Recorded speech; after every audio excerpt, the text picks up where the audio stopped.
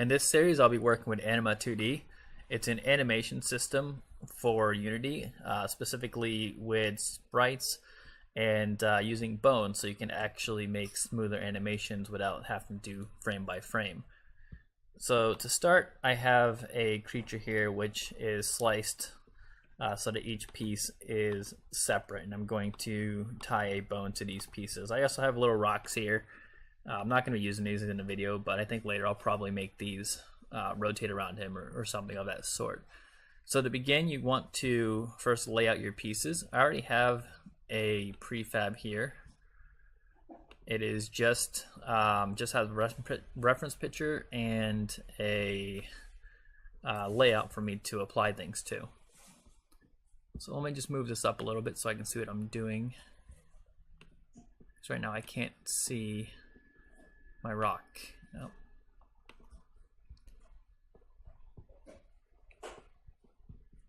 Oh, that's because it's not on the screen.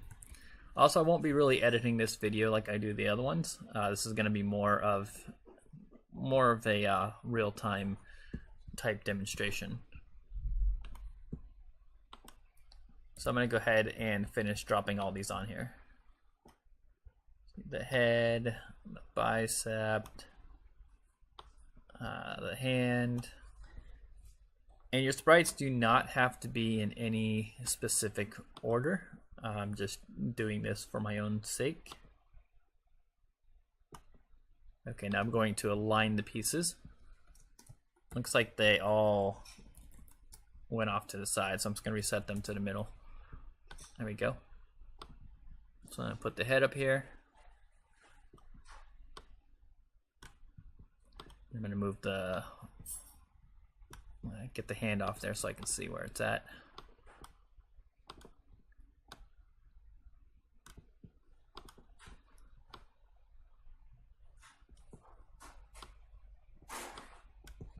And of course the right side of him as well.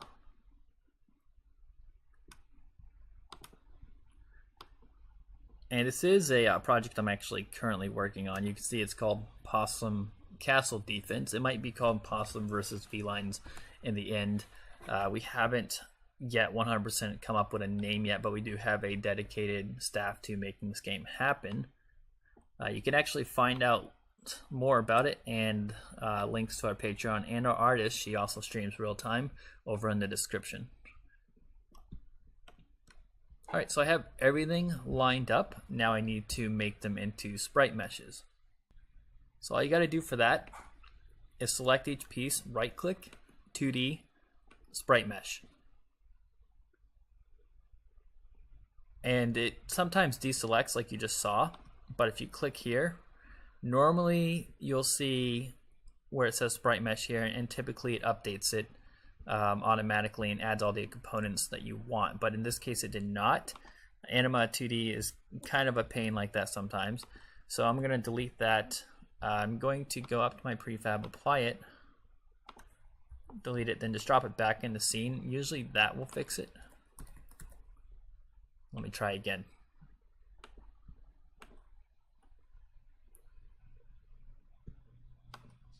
Okay then, it's being really stubborn, so I'm going to go ahead and restart Unity. That will also usually fix it as well. Okay, so I just restarted Unity. I'm going to try it again. And notice that whenever you do click that and you try to make a sprite mesh, it drops it down in the folder and adds it down here. If you need to restart Unity because it wasn't working properly, make sure you delete the one it created but didn't add the components for. So as you can see, this is what it's supposed to do. I'm going to leave those as is for now, and I'm just going to make the rest of them.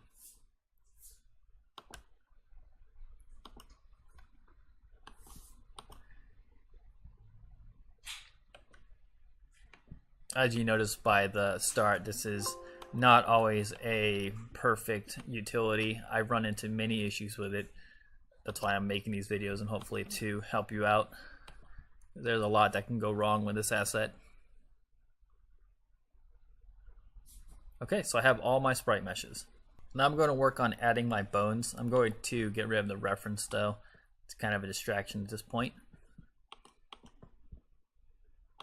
So I'm going to collapse my sprites, create an empty object, and call it bones. I just like to stay organized, and this is my way of doing it. On that empty object, I'm going to go to the object, bone, and I'm going to call this the hip bone or hips. It doesn't really matter. I'm going to align it to the center. Now it's really small. If I zoom in here, you would see that there's a beginning and an end, but I'm not going to. I'm just going to actually update the size. I'll change it to probably about 40. I'm going to go to my move tool. If you're on your rotate tool, you won't be able to move it. You will be able to spin it, of course, but on your move tool, you'll be able to both spin it if you grab the end, as well move it if you grab within the square. So I'm going to first move this and put it right here. I don't really animate the hips that much. I don't rotate them. Almost never do I rotate them. It's just kind of something if I want to move the entire bone structure around. So going from the hips, I'm probably going to add in, actually I'll put these down here. Let's make it easy. And then I'm going to add in a new bone. This one's just going to be the spine 0. And you'll notice it looks like it's kind of attached to the end of the hips, and it is. I want this to be free floating. Let me increase the size real quick. So what I mean by that, when it's attached, if I make this bigger, the hips get bigger, and I don't really want that. So all I have to do is go to the hips bone, and where it says child, currently you can see this one I just added. I'm going to set that to none. And now if I take this, I can move it around freely. So I'm going to take the spine that I just made, I'm going to increase the size a bit more. It's not really the right size I want. I'm going to rotate it up, and I'm going to add in a new one. Let's do spine 1, make it bigger, of course. And I think that's probably all I need for this guy. Odds are I'll probably fine tune it after this video and make some changes, but for now this is good. I'm also going to need a bone for the head, and probably, of course, each arm. So I think I'm gonna break all those off from the last spine entry. I'm gonna make this just a tiny bit bigger so that it goes up more. Alright, so let's add a new bone for the head. So I'm gonna call this head 0, and then I'm gonna do head 1. And there is a reason I'm doing this. Normally you'd only need one bone for the head. You just want to put one like right on there so you can rotate it back and forward. But I also want to move the head up and down, and to do that you're going to need 2 bones, and I'll talk about that later. Just for now, know that there's a reason I'm doing it this way. So I'm going to make this one a little bit larger. Oh, not that much. Okay. Then I'm going to drag it up. I'm going to detach head 0 from spine so that I can just kind of move it up here. And I'm going to bring this back down. I don't need head 0 to be that big. I don't really need any rotation on it, but that should be fine. Okay, so now I'm going to collapse the head 0, and then I'm going to make arm bones. And again, you have to make sure you don't have it as a child, because if I drag this off, it's going to drag and resize the spine. You might be able to actually just duplicate one of these bones. Let me just try that and see what happens. And if I get rid of this, yeah, so that works too. If you already have a bone that's attached, you can just duplicate it. So I'm going to call this our bicep. I'm going to move it over here after I give it a little more length.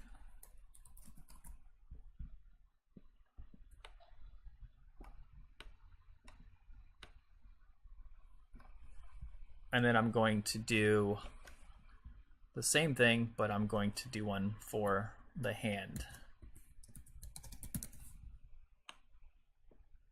and I'm going to move that down here. And there's a reason I don't have these connected. The only reason you'd probably want to have bones connected is if you wanted them to bend different parts of the mesh. So for example, these two are connected, the spine. That's because I want this bone to bend the bottom part and this bone to bend the top part. But since I have only one bone on each of these, I don't intend to bend the mesh anywhere in between. Now, there's a different reason for me doing this on the head. As I said, I will get back to that and I will talk about it later. So now I'm going to duplicate the biceps and just change them to L. So for the left side, move them over. And there we go. So we have the hip bone, 2 spines, 2 heads, 1 bicep, and 1 hand. And you notice if I move it around the hips, the whole rig goes with it. That was the idea behind that. Since these are attached to spine 1, when I move this, they're going to move as well, which makes sense, of course. But you notice it doesn't move this, just like any other rigging tool. It moves what's after or what it's connected to. So now I need to add the bones to the sprite meshes. The body is going to have 2 bones. It's going to have the spines. So if you have multiple bones, you can click the plus sign and drop them in individually. So I just click the plus sign twice over there and I'm going to drop them in. The other option, which I'm going to show you, is if you drop in, say, this L bicep, it will add that as a bone and everything below it, which is bad for this because let's say if I dropped in the spine, it's going to add all of these, and I definitely don't want that. So I'm going to go ahead and clear these out real quick. Just wanted to show you how that worked. And I'm going to fix it and put back in spine 1. All right, so for the head, I'm going to drop in head 0, so it adds both head 0 and head 1. For the bicep, I'm just going to drop in the R bicep. And for the hand, just hand. And if you want, like I said, if you want to blend between 2 bones or 3 bones or however many, you have to drop all of those bones in. Whoops, it looks like I put in the wrong bones, so don't do that. That will really confuse you if you do that. So let's put this in there. Okay, so he's fully rigged. I lied, he's not fully rigged. And drop that in there. I didn't mean to do this. Most of my other units that I have set up, all the bones are linked. So that's why I'm accidentally dropping in extra bones, because it's just out of habit. Okay, so we got the bicep bone, the hand bone, which I need to put in the proper one.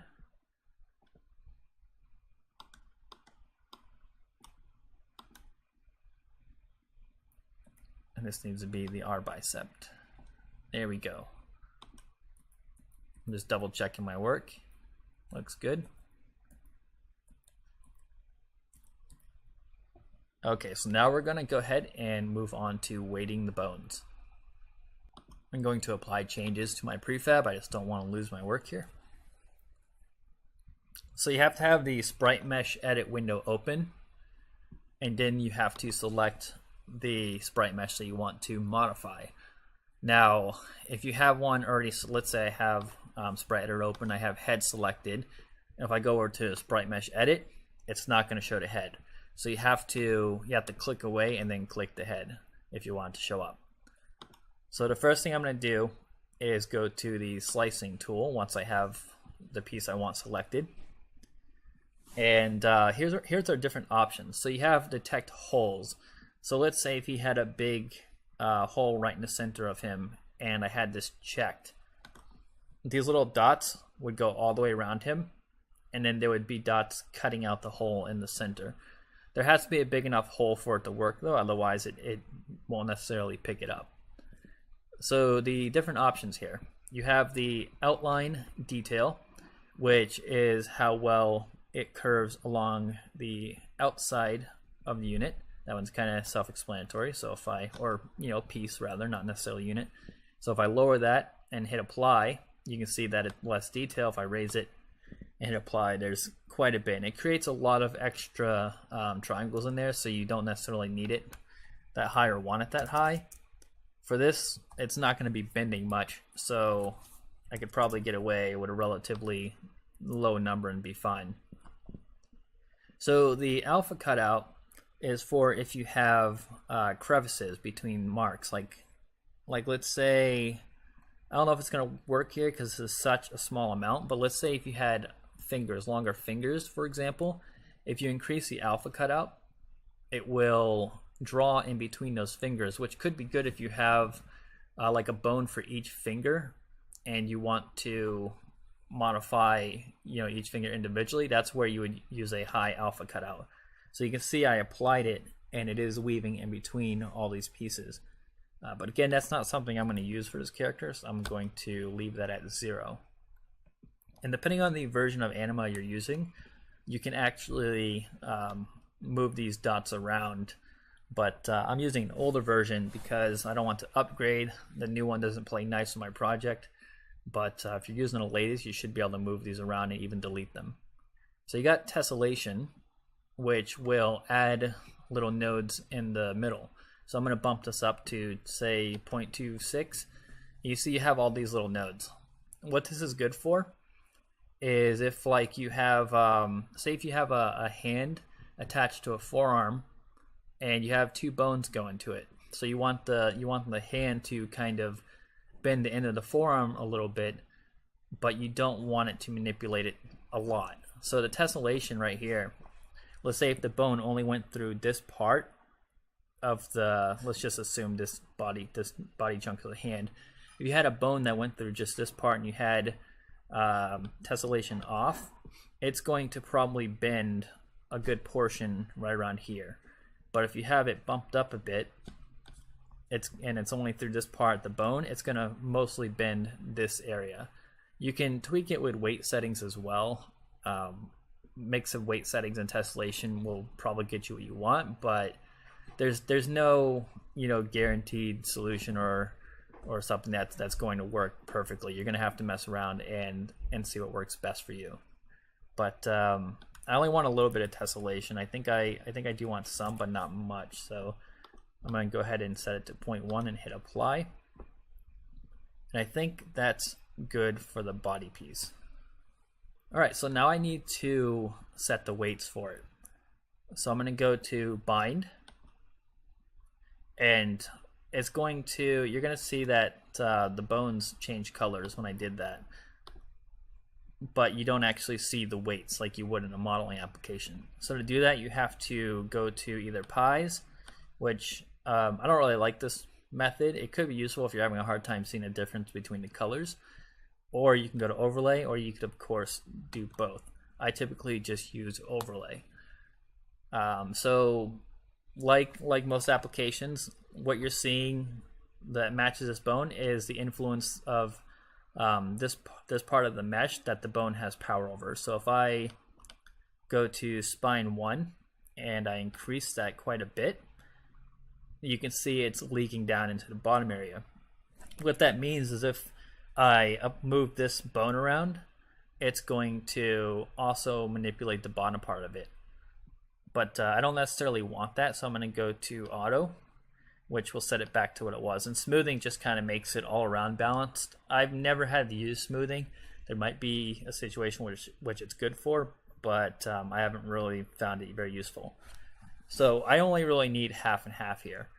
So I'm going to hit auto like I did and leave it as is, and then I'm going to hit apply.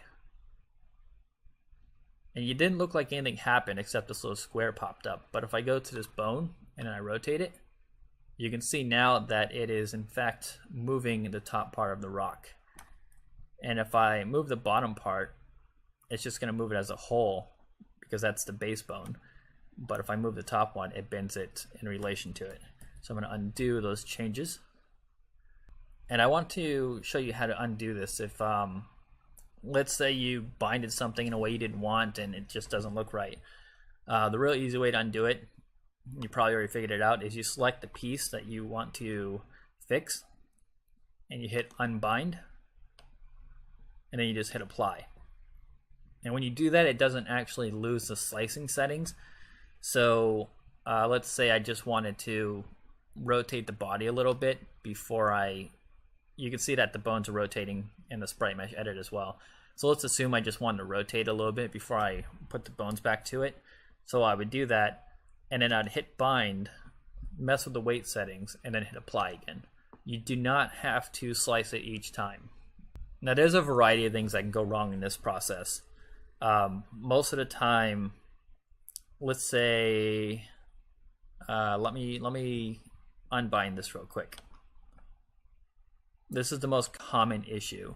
So I'm going to take the spine and just drag it outside the mesh here. Now if I go to the body, you can see it's still using both of these bones.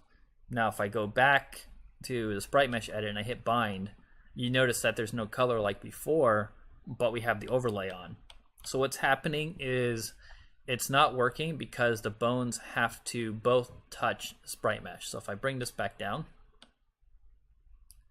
it's actually, I have to unbind it first and then rebind. And you can see that it is now showing that it's working. Sometimes if this is touching, but it's not touching a lot, it still won't work.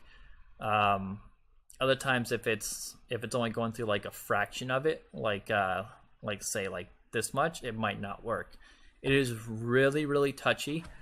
So whenever you do your bones, try to leave room so that they are, in the mesh a decent amount.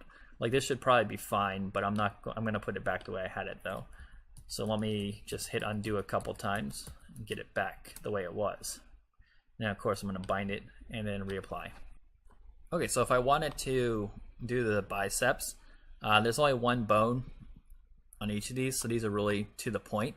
If there's only one bone, that means there's not going to really be any blending, so you can set all of these values to 0. That will make it so that there's lesser triangles and it won't affect your performance as much. So I'm just going to set this all to 0 and then hit apply. And I'm going to do that real quick to all the other ones. Leaving out the head, of course. The head is a special situation.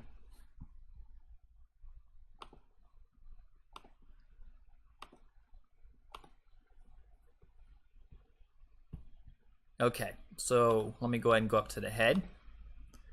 I'm going to also leave these at 0 because I don't plan on distorting the head. You're probably thinking, well, why do you have 2 bones? Well, I will show you that in a second. So I'm going to leave it as is right now and then hit apply.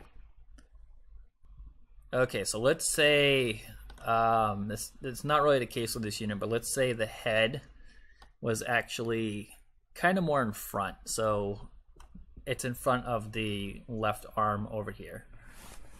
So whenever you're working with Anima, the Unity tutorial tells you to use sorting layers, which would work as long as there's only one of that unit type, but you might also get a lot of different sorting layer types here if you do it that way. But if you have more than one unit on the screen, you can't really use sorting layers because they're going to override each other no matter what the depth is from the camera. So what you can actually do is sort depth by the bone placement. So how this works is, going back to my body here, I have spine 0 as the first bone. That's the bone it's going to use the sorting layer as.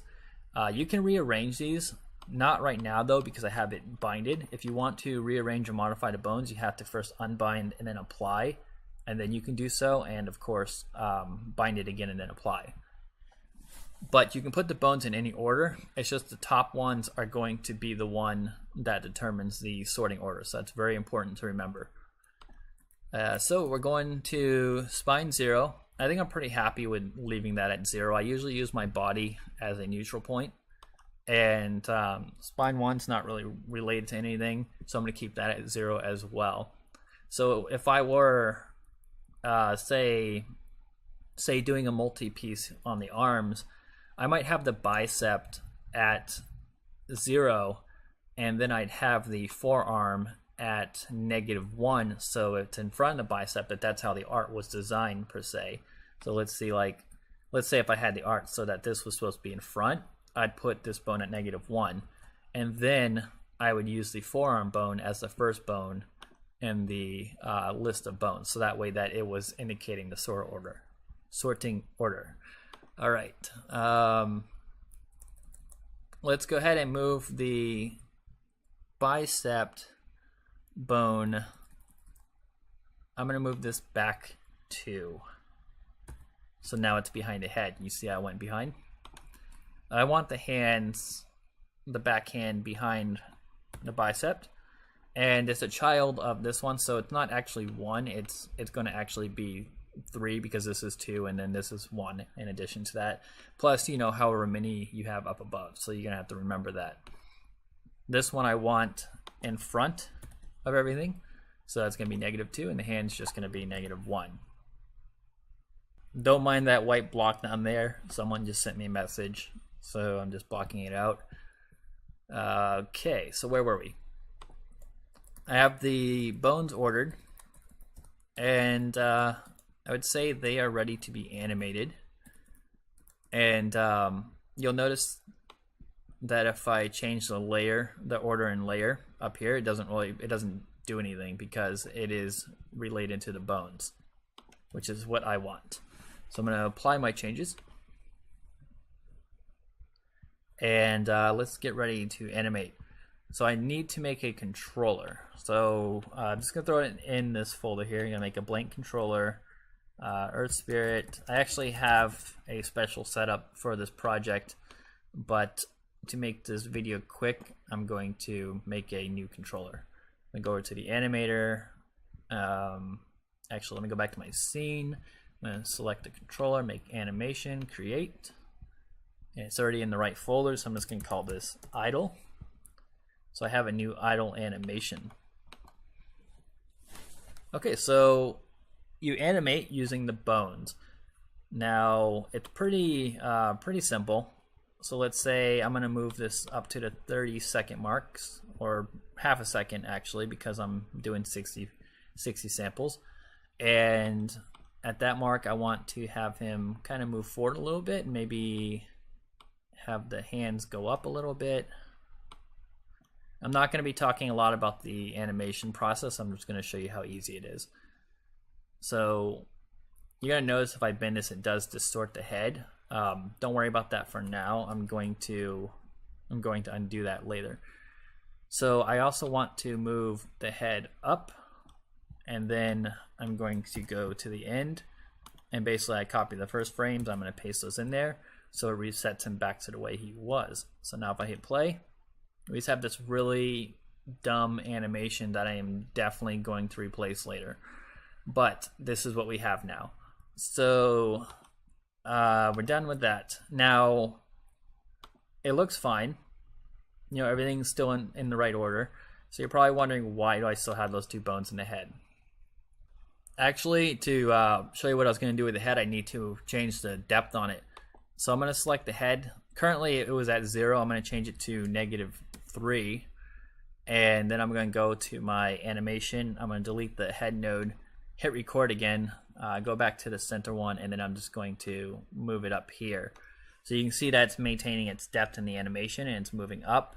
And like before, I'm going to copy the keyframes and put it back. So it looks like nothing really changed, but you'll see what's happening in a second here. So going back to my guy here, I'm going to actually add a script. Well, I actually already have it on here. It's a real-time depth inverser, and basically what this does is it goes through the bones that I have in the root here, and it's going to flip the depth on them.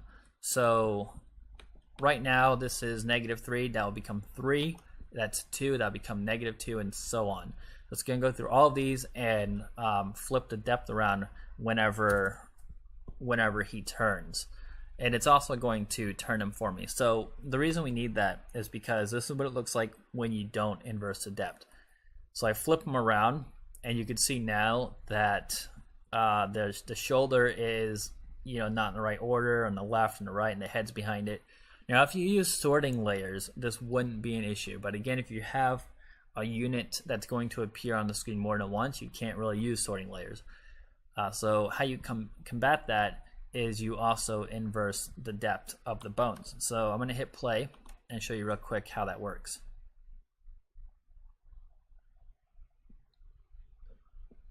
Okay, so I'm going to hit flip bones, and you can see that the shoulder came in front, but the head is still behind. And the reason of that is because the animation is changing the depth of the head. Now, that's obviously not going to work. I would advise trying to avoid change bone position in an animation whenever possible, because this is just a total pain to work with. But there is a way, if you absolutely have to, that we can work around this. So I'm going to hit play to stop. So I'm going to go back to my sprite mesh edit tab, so I have that open again. I will select the head, and here's where the two bones come into play. So I need to go to my overlay. I'm gonna go ahead and go to the head 1, which is the second bone. So I have head 0, which is the primary bone on this, so that handles the layering. And then I'm going to go to head 1, which is the secondary one, and I'm going to bump the weight of it all the way up to 1. And what that means is it's going to take over the entire weight, and it ultimately makes the second bone useless as far as distortion. So it won't cause any distortion if I were to rotate this bone around or stretch it or whatever. So you can also go to other ones, and you can add weight or whatever. Just keep in mind, let me reset this real quick. So I'm gonna hit auto reset. If you remove weight, you see this little black area. Now if you have that, then it's going to cause really weird effects on your mesh. What will happen is this part of the area that's kind of translucent will actually bend in on itself, and it just won't look right. So if you want to remove some weight there for like one part and you want to add it in the other, you can just do that. And you can remove as much weight as you want, and if you add weight from any other part, it should fill it in.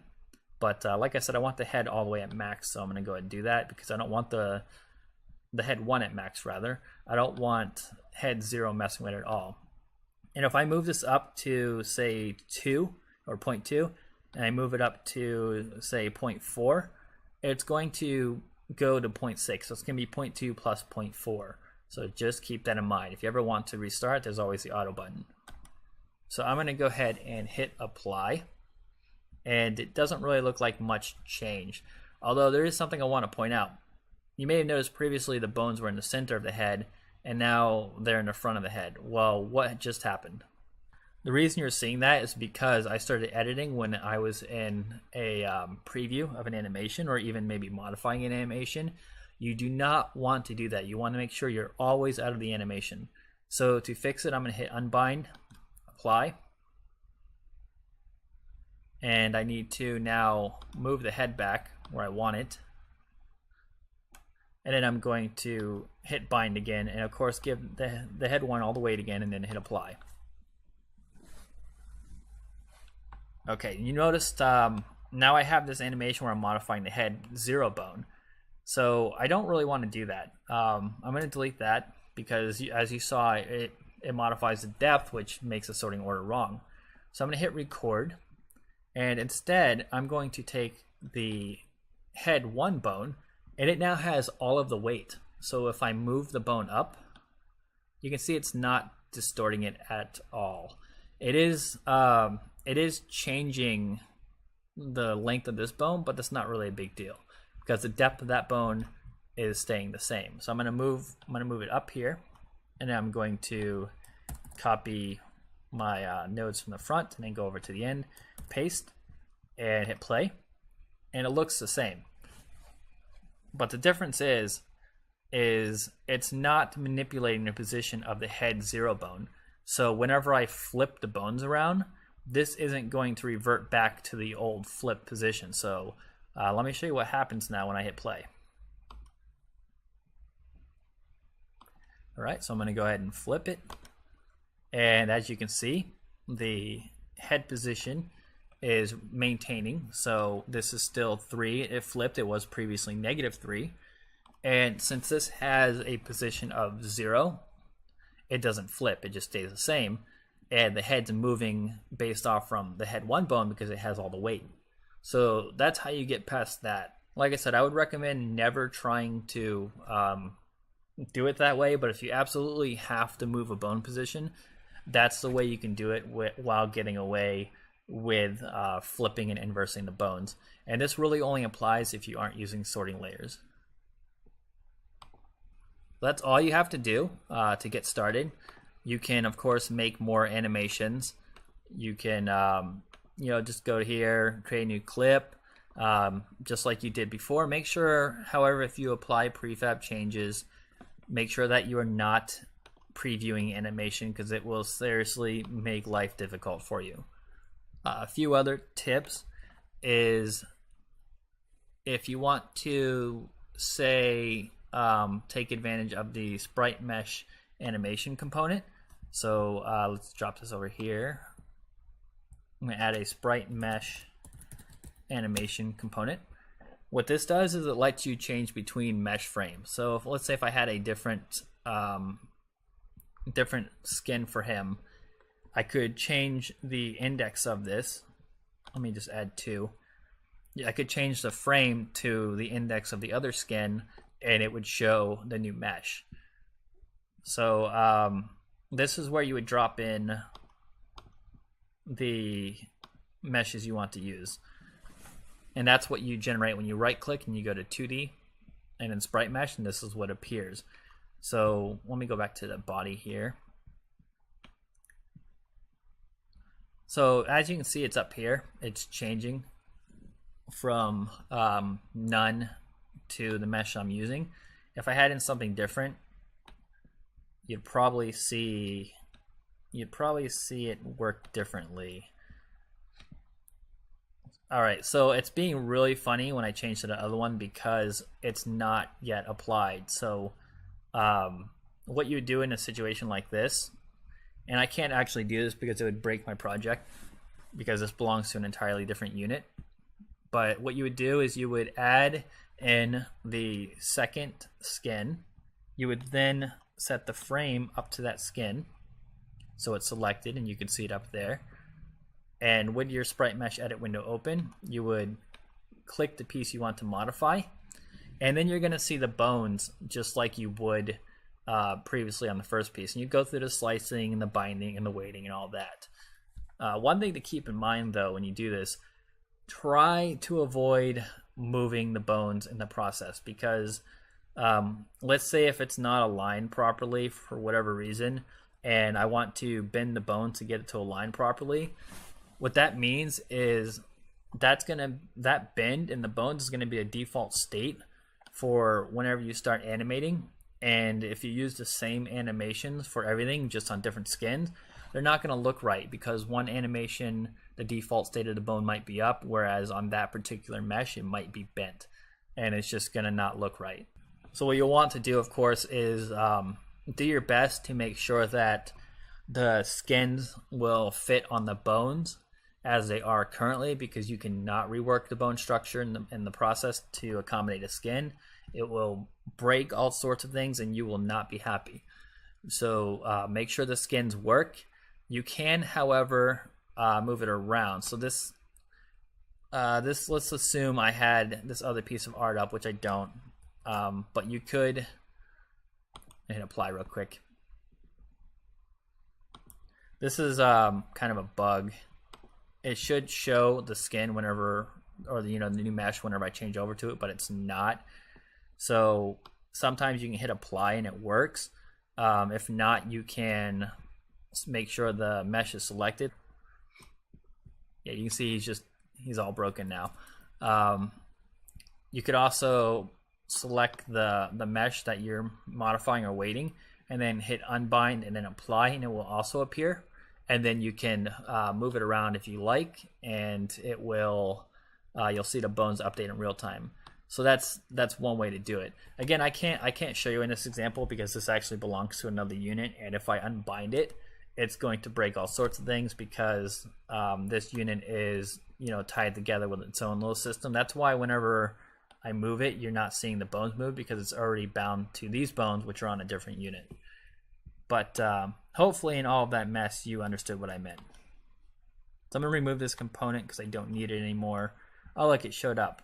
Okay, it's not, like I said, it's not really super intuitive at times. It's very buggy, but it does work when you kind of figure it out. Just gonna hit play, make sure it works. Okay, so my guy is fixed and we're good to go. That's it for this series. Like I said, like always, if you have any questions, feel free to leave them in the comments. And I will certainly get back to you if it's on topic and if I know the answer.